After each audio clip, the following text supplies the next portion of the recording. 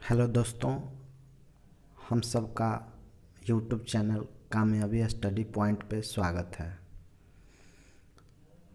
Physics का question चल रहा है जिसका आज पहला पार्ट है और बायोलॉजी का हम लोगों ने देखा था अभी और उसके सीरीज चलेंगे। तो चलिए आज का सेशन स्टार्ट करते हैं। पहला क्वेश्चन है, ताप के सेल्सियस पैमाने पर परम शून्य ताप होता है। Answer 273 degree centigrade. सूर्य का तापमान मापा जाता है पायरोमीटर तापमापी द्वारा। कौन सा तापमान सेंटीग्रेड और फ़ारेनहाइट दोनों में समान होता है? -40 डिग्री सेल्सियस। प्रकाश का वेग किसमें अधिकतम होता है? निर्वात में। चंद्रमा से पृथ्वी तक आने में प्रकाश को लगभग कितना समय लगता है? 1 सेकंड। सूर्य का प्रकाश हमारे पास लगभग कितने समय में पहुंचता है? 8 मिनट। शुद्ध जल में जब डिटर्जेंट डाला जाता है तो उसका पृष्ठ तनाव में क्या परिवर्तन होता है? घट जाता है। ठंडे प्रदेशों में पारा के स्थान पर अल्कोहल को तापमापी के रूप में सलाह दी जाती है। क्यों? क्योंकि अल्कोहल का द्रव्यंक निम्न होता है। मनुष्यों के लिए मानव ध्वनि स्तर कितना होता है? 60 डेसिबल।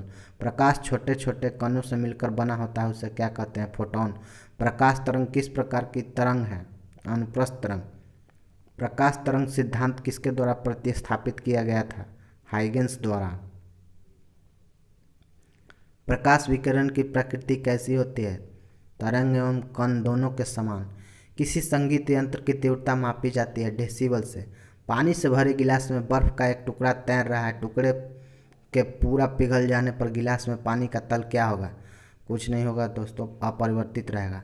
प्रकाश में ध्रुवण की घटना से यह सिद्ध होता है कि प्रकाश की तरंगें जो होती है अनुप्रस्थ होती है। प्रकाश का वेग सर्वप्रथम किसने ज्ञात किया था? रोमर ने। फैदोमीटर का उपयोग किस राशि को मापने में किया जाता है? समुद्र की गहराई। हाइग्रोमीटर क्या मांगता है? हाइग्रोमीटर से अपेक्षिक आर्द्रता मापी जाती है। अल्टीमीटर किस राशि को मापता है? ऊंचाई को। रिएक्टर पैमाने का उपयोग किस राशि को मापने में किया जाता है? भूकंप की तीव्रता। न्यूटन के पहले नियम को क्या कहते हैं? न्यूटन के पहले नियम को गैलीलियो का नियम या जड़त्व का नियम भी कहते हैं। रॉकेट किस सिद्धांत पर कार्य करता है? न्यूटन के तृतीय नियम पर। प्रेशर कुकर में खाना कम समय में क्यों पक जाता है? अधिक दाब के कारण उबलते पानी का ताप जो होता है बढ़ जाता है। डेसिबल किसे मापने के लिए प्रयोग में लाया जाता है? वातावरण में ध्वनि। हर्ट्ज क्या मापने की यूनिट है? हर्ट्ज जो होती है तरंगों की आवृत्ति मापने की यूनिट है। यदि किसी चलती हुई वस्तु के वेग को दोगुना कर दिया जाए तो उसका गतिज ऊर्जा 4 गुना हो जाएगा। विद्युत मात्रा की इकाई एम्पियर है।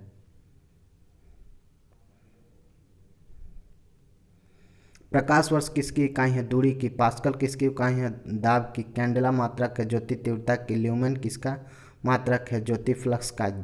जूल किसकी इकाई है? ऊर्जा की। राइट बंधु किसके आविष्कारक माने जाते हैं? वायुयान के। भाप के इंजन का आविष्कार कौन किया था? जेम्स वाट ने। कार्य का मात्रक क्या है? जूल। बल का एसआई यूनिट क्या है? बल का एसआई यूनिट न्यूटन है। पार्सेक किसकी इकाई है? दूरी की। ब्लासी पास्कल का संबंध किस मशीन से है? ब्लासी पास्कल गणना करने वाली मशीन का से संबंधित है। इलेक्ट्रॉन को सर्वप्रथम किसने पहचाना था? इलेक्ट्रॉन को सर्वप्रथम जे थॉमसन ने पहचाना था। सर्वप्रथम किस वैज्ञानिक ने बताया कि पृथ्वी सूर्य के चारों ओर घूमती है? कॉपरनिकस। बॉल पॉइंट पेन का आविष्कार किसने किया था? वीरो ब्रदर्स ने। जल का घनत्व कितने डिग्री सेल्सियस पर अधिक होता है? 4 डिग्री सेल्सियस पर। दूध के घनत्व को किसके द्वारा मापा जाता है? लैक्टोमीटर। जी का मान भूमध्य रेखा पर ध्रुवों की तुलना में कितना होता है? कम होता है। ऊंचाई नाप के लिए किसका प्रयोग किया जाता है? अल्टीमीटर। भूकंप की तीव्रता किसके द्वारा मापी जाती है? सिस्मोग्राफ। यदि घर्षण न हो तो क्या हम पृथ्वी पर चल पाएंगे? नहीं। वेग में परिवर्तन की दर को आप सभी को पता होगा कि त्वरण कहते हैं। किसी वस्तु का द्रव्यमान अधिक हो तो उसका जड़त्व कितना होगा? अधिक होगा। वर्षा की अम्लता किसके द्वारा मापी जाती है? वर्षा की अम्लता जो होती है pH मीटर द्वारा मापी जाती है। पायरोमीटर से क्या नापा जाता है? पायरोमीटर से उच्च तापमान मापा जाता है।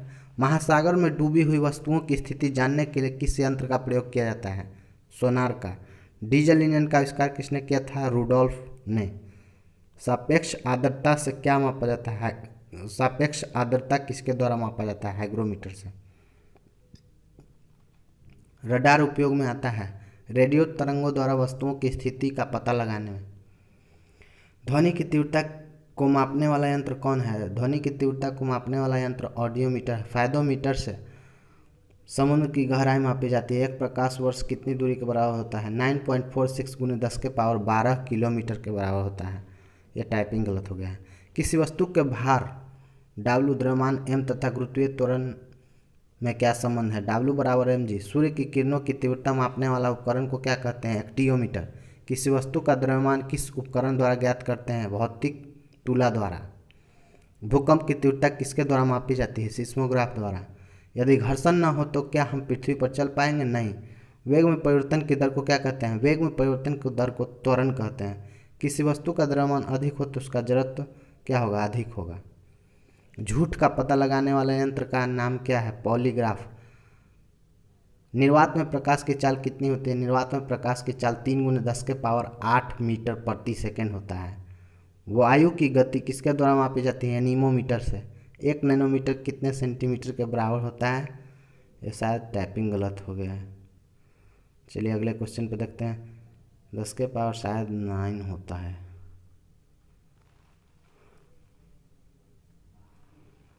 एक किलो कैलोरी ऊष्मा का मान क्या होता है? 1 किलो कैलोरी के ऊष्मा का मान 7.2 × 10⁻3 जूल होता है।